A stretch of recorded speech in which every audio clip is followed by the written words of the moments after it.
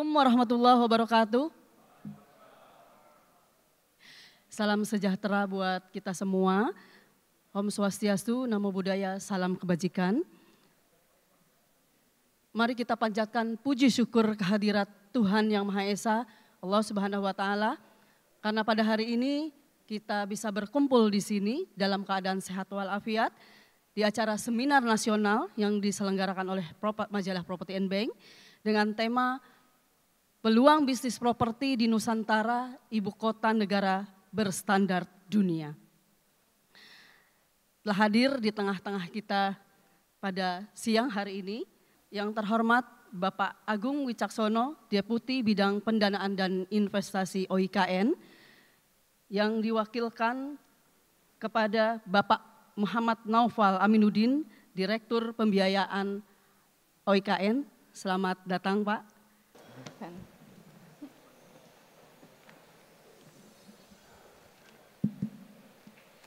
Baik, terima kasih. Assalamualaikum warahmatullahi wabarakatuh. Selamat siang, salam sejahtera untuk kita semua. Yang terhormat Bapak Ibu Moderator, Pak Budi Arsa, Ibu Ice, kemudian Bapak Ibu yang mohon maaf tidak bisa tanpa mengurangi rasa hormat, tidak bisa kami sebutkan satu persatu. Kami sangat berterima kasih atas kesempatan yang diberikan kepada otorita IKN untuk bisa hadir di sini. Yang pertama terkait dengan menyampaikan update terkait dengan progres pembangunan IKN termasuk juga peluang investasi.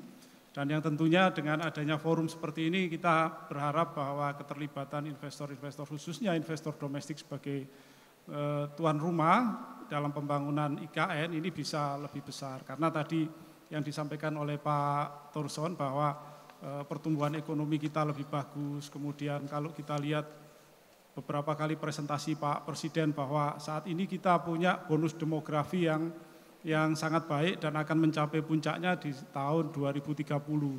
Kemudian pertumbuhan ekonomi kita ini juga lumayan tinggi di tengah kondisi negara-negara lain yang masih relatif merangkak naik ya, atau bahkan kecenderungannya juga turun karena kondisi ekonomi global.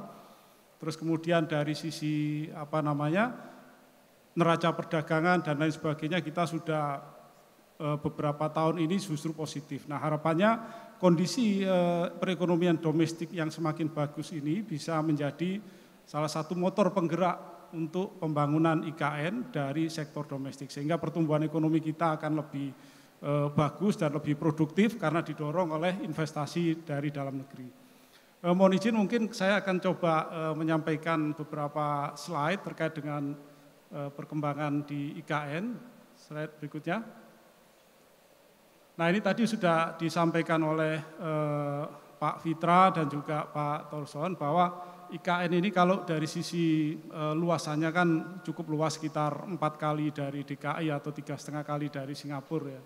Kemudian nilai investasi di tahap pertama ini kurang lebih sekitar 32 miliar dolar atau kurang lebih sekitar 466 triliun kalau kita lihat di RPJMN 2020-2024. Kemudian proyeksi populasi penduduk untuk di 3 kota IKN, Samarinda dan Balikpapan kurang lebih sekitar 4-5 juta dan nanti akan semakin tumbuh, diperkirakan bisa mencapai sekitar 10 juta di tahun 2045.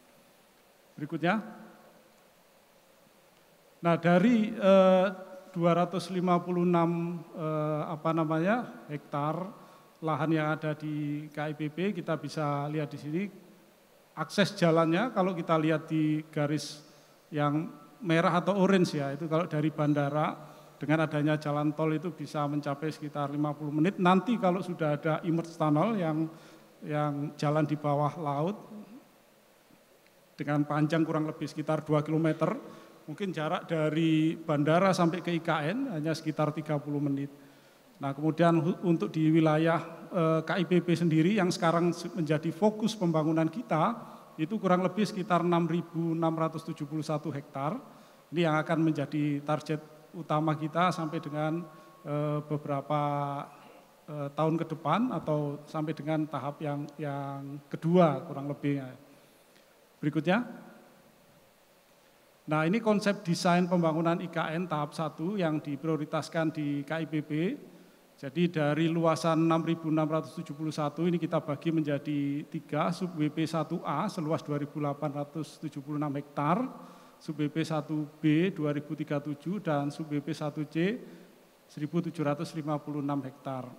Nah, pembagian WP-WP ini tadi disampaikan oleh Pak Fitra bahwa dukungan dari kementerian-kementerian teknis khususnya PUPR dalam menyiapkan sarana prasarana yang utama ya, mulai dari jalan akses, kemudian gedung-gedung perkantoran, istana presiden, bahkan termasuk hunian ASN, ini juga diharapkan bisa mensupport pembangunan IKN untuk menarik investor yang akan masuk. Karena sebagaimana Bapak Ibu ketahui, investor yang akan masuk tentunya mereka juga harus berhitung bahwa lokasinya ini nanti aksesnya seperti apa, populasi penduduknya seperti apa, terus kemudian proyek-proyeknya ini masih greenfield atau sudah brownfield. Nah, dengan adanya pembangunan dengan menggunakan APBN yang utamanya tadi disupport oleh Kementerian PUPR, maka kita harapkan investor yang akan masuk mempunyai confidence yang lebih besar.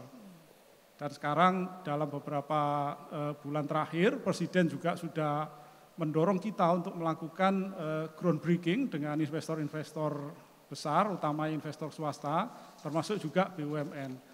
Nah, dengan adanya groundbreaking ini diharapkan juga akan menaikkan level of confidence dari publik, utamanya dari investor swasta.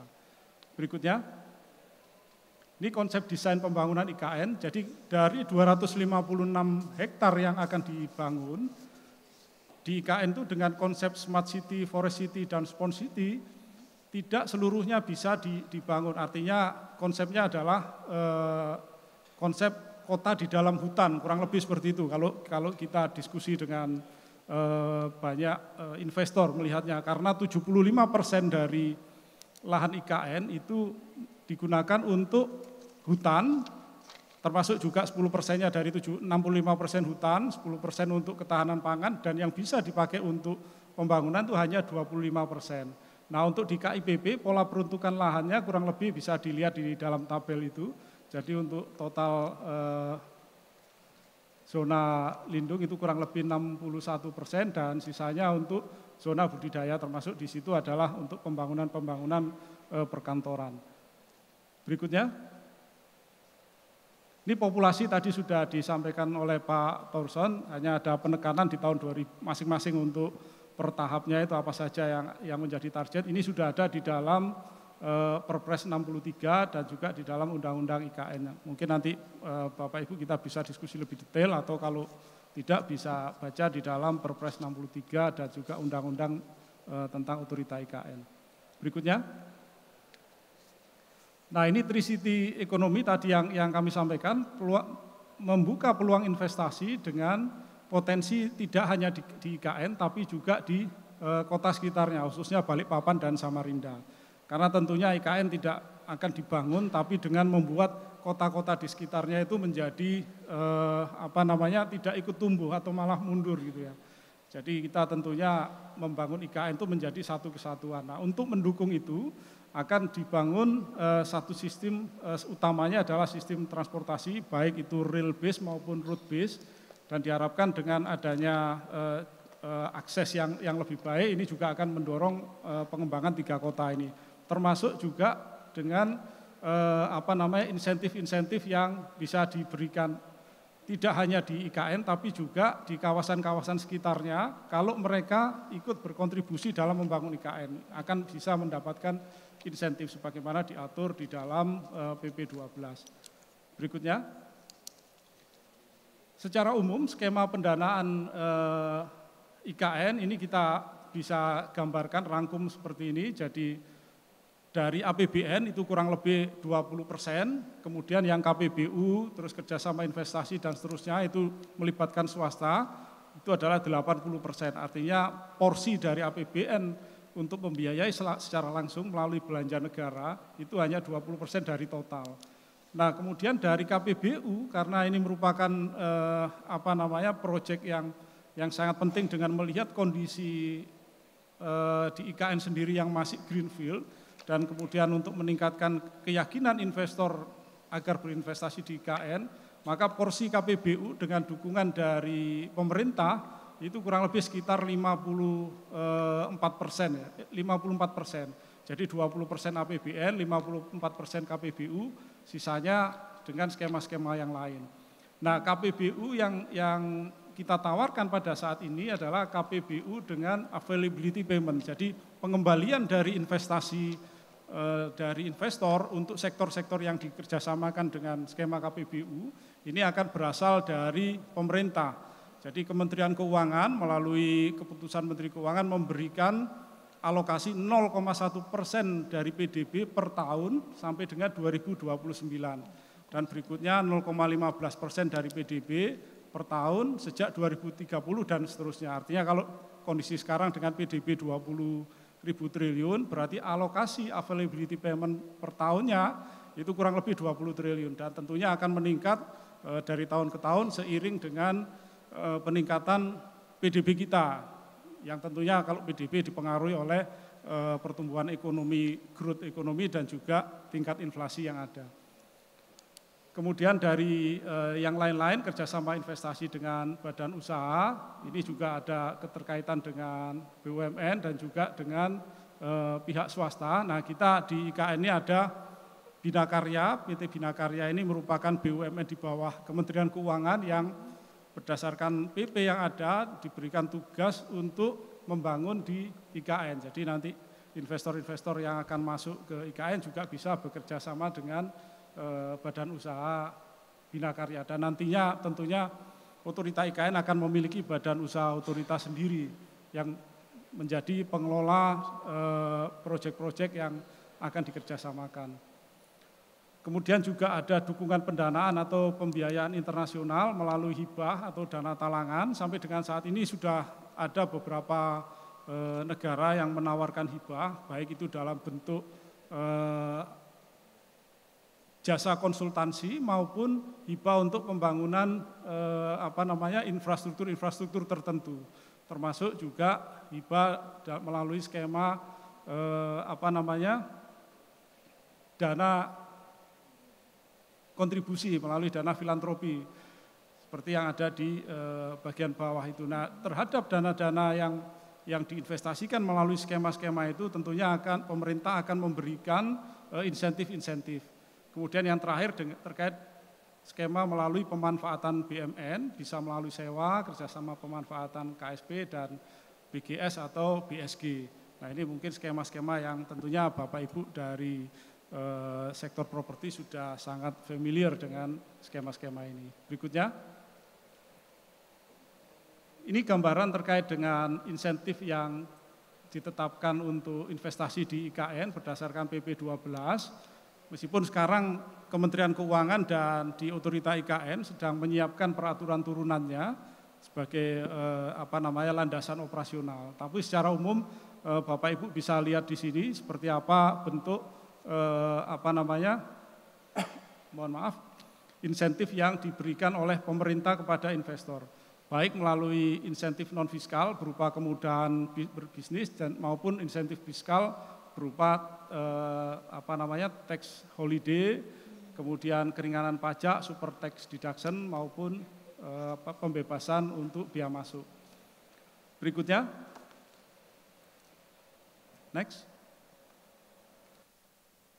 Nah, berdasarkan kondisi yang saat ini yang menjadi target dalam jangka dekat, investasi yang kita tawarkan itu ada beberapa, sebenarnya ada 12, tapi yang kami rangkum di sini ada sekitar 10 ya. Yang pertama fasilitas kesehatan, fasilitas pendidikan, ini sebagai bagian dari kebutuhan dasar sarana prasarana pendukung ketika nanti ASN sudah mulai pindah ke IKN di tahun depan. Tadi sudah disampaikan di dalam presentasi Pak Thorson ya, kalau tidak salah untuk tahun 2024 kalau berdasarkan Perpres 63 kan harusnya 60.000 tapi kemudian turun kurang lebih sekitar 16.990 ASN dan nanti tentunya mereka akan didampingi oleh keluarga masing-masing. Tapi dengan perkembangan sekarang mungkin akan ada sedikit perubahan dari target yang ada. Tapi intinya ketika ASN pindah ke IKN maka fasilitas-fasilitas pendukung ini harus disediakan. Kemudian kompleks perkantoran dan mixed use. Untuk perkantoran yang sedang dibangun di IKN dan diharapkan selesai tahun depan itu kapasitasnya untuk 12.000 pegawai, masih dikumpulkan di 4 kantor Kemenko. Kemudian hunian, nah tadi Pak Fitra sudah sampaikan bahwa PUPR akan membangun hunian melalui skema APBN maupun skema KPBU, dan di IKN juga akan membangun dengan skema KPBU. Jadi kurang lebih kalau yang sudah disiapkan oleh PUPR ada 47 tower ya Pak Fitra ya. Nanti dari sisi kita karena kebutuhan tower hunian atau rumah susun hunian termasuk juga rumah tapak itu sangat besar, maka jumlahnya sebenarnya mungkin bisa ratusan atau bahkan ribuan tower. Sebagai gambaran saja, kalau seandainya satu tower isinya adalah 60 unit, maka kalau dibutuhkan 60.000 ASN yang harus pindah di tahap awal ya, meskipun bukan 2024, maka akan butuh kurang lebih sekitar 1.000 tower. Kalau Bapak Ibu lihat di dalam ketentuan undang-undang, untuk pejabat eselon 1, menteri, pejabat negara dan eselon 1, mereka disediakan rumah tapak dengan luasan tanah dan bangunan tertentu.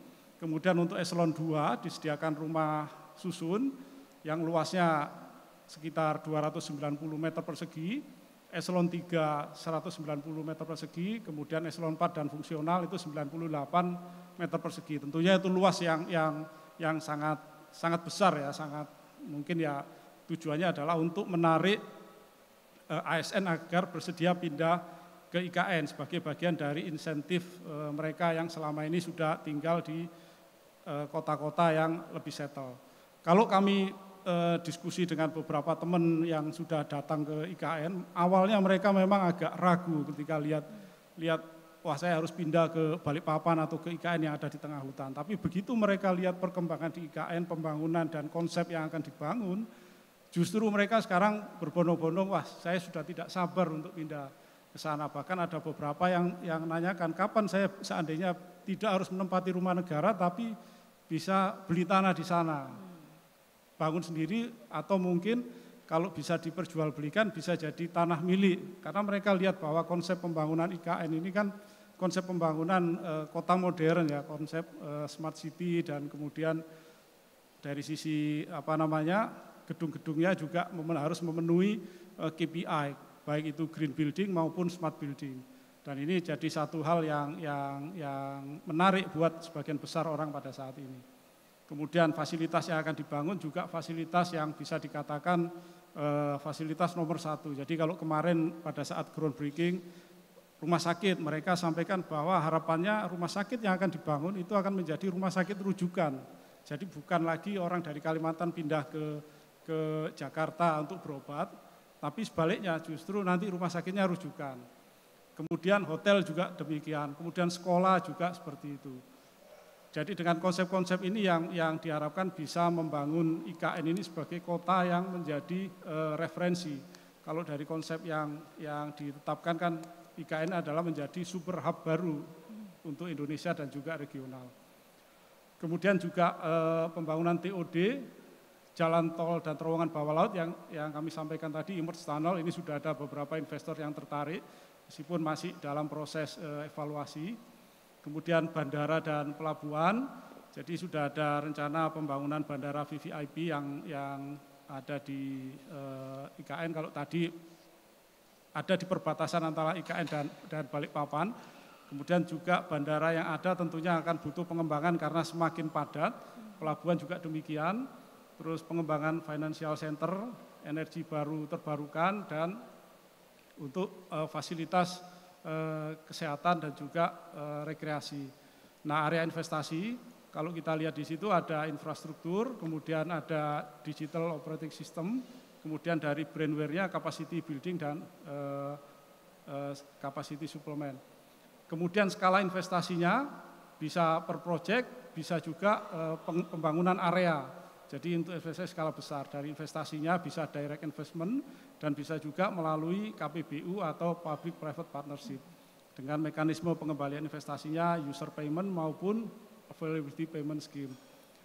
Next, ini 8 langkah berinvestasi di Nusantara. Tentunya Bapak Ibu kan akan ingin tahu, kalau saya akan masuk ke IKN, kira-kira langkahnya seperti apa. Ini secara umum yang direct investment kurang lebih bisa kita lihat di sini ya. Yang pertama adalah pengajuan LOI, kemudian dari LOI yang ada, otoritas IKN akan melakukan review dan menyesuaikan dengan prioritas yang akan kita bangun. Kemudian kita undang untuk one-on-one meeting. Dari hasil one-on-one meeting ketika investor tertarik akan memberikan confirmation letter.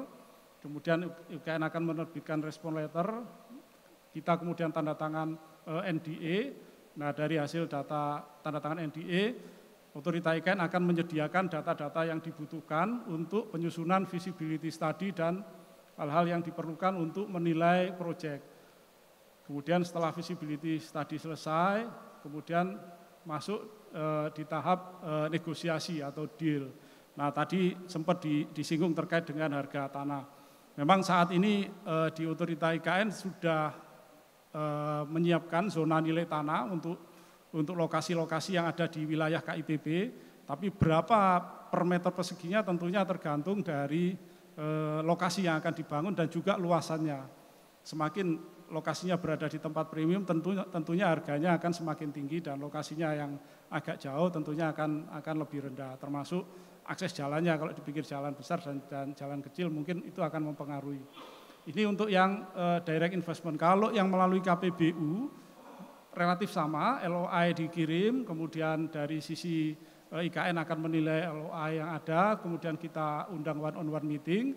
Nah, dari sisi IKN setelah melihat kesesuaian dengan rencana induk, kami tentunya akan butuh laporan keuangan 3 tahun terakhir dari perusahaan yang tertarik untuk berinvestasi melalui KPBU. Nah, nanti berdasarkan penilaian tadi, otoritas IKN akan menerbitkan surat persetujuan kepada investor tadi untuk memulai penyusunan feasibility study. Ini untuk yang KPBU unsolicited, artinya inisiatifnya dari pemrakarsa. Nah, nanti setelah proses penyusunan FS selesai, akan ada evaluasi dari Kementerian Keuangan sebagai institusi yang mengeluarkan AP-nya tadi, availability payment. Dan nanti akan berlanjut dengan proses-proses berikutnya, termasuk akan ada proses lelang untuk menentukan investor yang terbaik. Tapi khusus untuk KPBU IKN ini sebenarnya banyak keuntungan yang diberikan kepada investor yang mengajukan melalui KPBU unsolicited, karena ada fasilitas berupa salah satunya yang kita sarankan sekarang adalah right to match. Jadi ketika investor yang sudah menyampaikan FS dan kita setujui, pada saat nanti dilelang, ditawarkan apakah ada challenger dan ada challenger, katakanlah challenger mereka akan menawar di harga tertentu, maka akan dikembalikan ke investor yang sudah menyusun FS tadi, apakah mereka mau menurunkan harganya di level yang ditawarkan oleh challenger, atau memberikan hak untuk dimatchingkan dengan besaran. Kalau umpama mau, maka tetap akan diberikan kepada investor yang ada. Kalau seandainya tidak ada challenger, maka otomatis bisa langsung ditetapkan dan ditandatangani untuk diproses selanjutnya. Untuk yang KPBU tidak hanya capex saja, tapi juga termasuk operating and maintenance sampai dengan masa konsesi tertentu. Jadi kalau untuk yang hunian, sebagai contoh, itu bisa 10, 15, bahkan 20 tahun. Jadi seandainya apartemen atau rumah susun yang dibangun oleh pengembang, umpamanya Ciputra, membangun, ini contoh ya Pak Budiar, saya mohon izin, 10 tahun atau 15 tahun, maka biaya operating dan maintenance selama 10 tahun akan ditambahkan ke dalam biaya capex tadi, termasuk berapa keuntungan yang diharapkan dan juga berapa cost of fund yang ditanggung oleh pengembang. Totalnya nanti itu berapa, tinggal dibagi masa konsesinya. Kalau 10 tahun dibagi 10, dibagi 10, 20, dibagi 20. Pembayaran AP-nya yang tadi sudah dijamin oleh Kementerian Keuangan, itu bisa dilakukan 3 bulan sekali, 6 bulan sekali, atau 1 tahun sekali, tergantung kesepakatan antara otoritas IKN dengan investor. Kurang lebih seperti itu. Jadi harapan kita dengan adanya fasilitas KPBU availability payment ini bisa memberikan keyakinan dan juga ketertarikan dari investor yang akan membangun di IKN. Berikutnya. Ini adalah kami sudah melakukan identifikasi proyek di KIPB yang sudah bisa ditawarkan sebenarnya. Sudah ada 500 proyek lebih yang sudah teridentifikasi dengan estimasi nilai yang ada di kolom yang di tengah ya. Jadi kalau untuk ruang terbuka hijau ada 190 paket dengan nilai investasi 22 sampai 26,5 triliun dengan luas lahan 979,5 hektar. Nah ini estimasinya ini masih bergerak ya karena tergantung beberapa hal termasuk salah satunya harga lahan dan juga teknologi yang akan digunakan. Kemudian selain RTH ada mixed use, kawasan campuran, bisa untuk hotel, perkantoran, dan lain sebagainya. Kemudian hunian, fasilitas pendidikan, peribadatan, kesehatan, dan lain sebagainya. Termasuk untuk yang bina sosial, yang jumlahnya masih relatif kecil. Lanjut. Nah, ini informasi umum untuk sektoral. Kami ambil beberapa contoh, tapi ini baru secara global, belum per lokasi. Jadi belum per lokasi atau per persil ya. Jadi kalau hunian ini sudah ada 72 peluang investasi dengan gambaran proyeknya sebagaimana Bapak Ibu bisa lihat di layar. Mulai dari lokasi, area, terus kemudian indikasi nilai, ekspektasi ROI, dan lain sebagainya. Termasuk juga bentuk insentif investasi dan fasilitas pendukung yang disiapkan oleh khususnya oleh PUPR dan kementerian-kementerian lain. Insentif investasinya yang sudah teridentifikasi bisa dilihat di kotak yang sebelah kanan bawah. Lanjut. Ini untuk kawasan campuran tadi yang mixed use ada 179 peluang investasi dengan besaran sebagaimana bisa dilihat itu termasuk juga jenis-jenis insentif. Berikutnya, ini untuk yang ruang terbuka hijau, ini juga bisa diperoleh gambaran yang relatif sama, meskipun kalau yang RTH ini karena bukan merupakan investasi secara langsung, tapi berupa kontribusi, maka tidak ada expected ROI-nya dan insentifnya juga tentunya akan berbeda. Berikutnya. Nah, ini kami coba berikan gambaran sedikit terkait dengan progres. Ini progres per Oktober ya, tapi untuk gambarnya mungkin posisi masih per September. Jadi kalau Bapak Ibu kemarin ke IKN mungkin melihatnya sudah agak berbeda. Tapi kurang lebih kalau progres per Oktober, jadi untuk jalan tol itu sudah sekitar 37%. Kemudian untuk dam itu sudah ada 97% dan sebenarnya sekarang sudah mulai impounding, sudah mulai dimasukkan air. Kemudian untuk sumbu kebangsaan fase 1 sudah 75%. Ini baru di tahap 1 ya, sebenarnya masih banyak progresnya tapi kami ambil yang besar-besar aja. Kemudian ini Istana Presiden, sebenarnya bilahnya itu sudah siap dan tinggal dipasang. Tadi Pak Budiarsa sampaikan sudah ada yang sudah dipasang ya bilahnya. Jadi sebenarnya progresnya di kondisi sekarang itu sudah sangat cepat. Mungkin kalau Bapak Ibu membandingkan kondisi IKN sekarang dengan minggu depan, jadi bukan hanya bulan depan, minggu depan itu perubahannya sudah sangat signifikan. Saya sendiri yang sejak masuk di IKN bulan Januari sampai dengan sekarang, itu seringkali masih bingung juga jalan, kemarin masih lewat jalan ini, tapi begitu bulan depannya saya lewat, lokasinya harusnya di sini, tapi kok jalannya ternyata sudah pindah lagi, ternyata jalan yang ini jalan sementara dan sudah dibangun yang lain. Jadi memang luar biasa perkembangannya. Lanjut. Nah kemudian ini adalah progres LOI yang sudah masuk. Jadi sampai dengan posisi terakhir itu sudah ada 304 LOI yang mana 47%-nya itu berasal dari luar negeri. Jadi kalau dari Indonesia ada 162 LOI, kemudian dari Jepang 37, Singapura 28, dan seterusnya, bahkan sampai Spanyol itu sudah ada 3 LOI. Dan sebenarnya masih banyak juga investor-investor yang sudah datang ke kita, tinggal mereka akan kirim LOI setelah mereka melakukan kunjungan langsung ke IKN dan memastikan sektor-sektor mana yang mereka akan masuki. Jadi investor dari Timur Tengah, terus kemudian investor dari negara-negara Eropa Timur yang mereka punya keahlian dan kompetensi masing-masing. Jadi umpamanya beberapa minggu yang lalu ada investor dari ex Eropa Timur ya, Hungaria dan Austria. Mereka menyampaikan bahwa kalau Hungaria itu mereka punya pengelolaan air yang sangat maju dan mereka tertarik untuk masuk ke IKN. Kalau seandainya mereka masuk, maka presidennya akan datang sendiri untuk ikut menghadiri groundbreaking, kurang lebih seperti itu ya. Mantan presidennya sudah sampaikan seperti itu. Kemudian dari Timur Tengah mereka juga pengennya masuk dengan nilai yang bukan per project tapi per area. Bahkan dia pengennya pengembangannya tidak hanya untuk kebutuhan IKN, tapi pengennya juga bisa regional. Artinya kalau umpama mereka mau membangun pembangkit listrik, kalau bisa tidak hanya untuk memenuhi kebutuhan IKN, tapi juga daerah-daerah sekitarnya, bahkan kalau bisa diekspor ke negara tetangga, kurang lebih seperti itu. Lanjut. Nah, dari 304, kalau berdasarkan sektoralnya bisa kita lihat di sini, yang terbesar itu adalah barang jasa ya, kemudian diikuti oleh transportasi,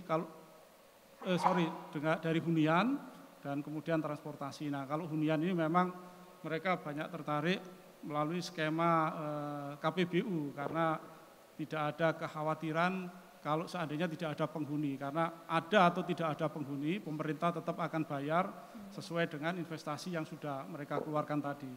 Kemudian nomor 2 energi ini juga sangat besar karena mereka tahu bahwa kebutuhan energi di IKN itu akan sangat besar. Kalau sekarang yang akan disiapkan oleh PLN itu baru 50 MW dan itu masih sangat kurang, apalagi kalau nanti infrastruktur yang dibangun katakanlah hunian, baik itu rumah tapak maupun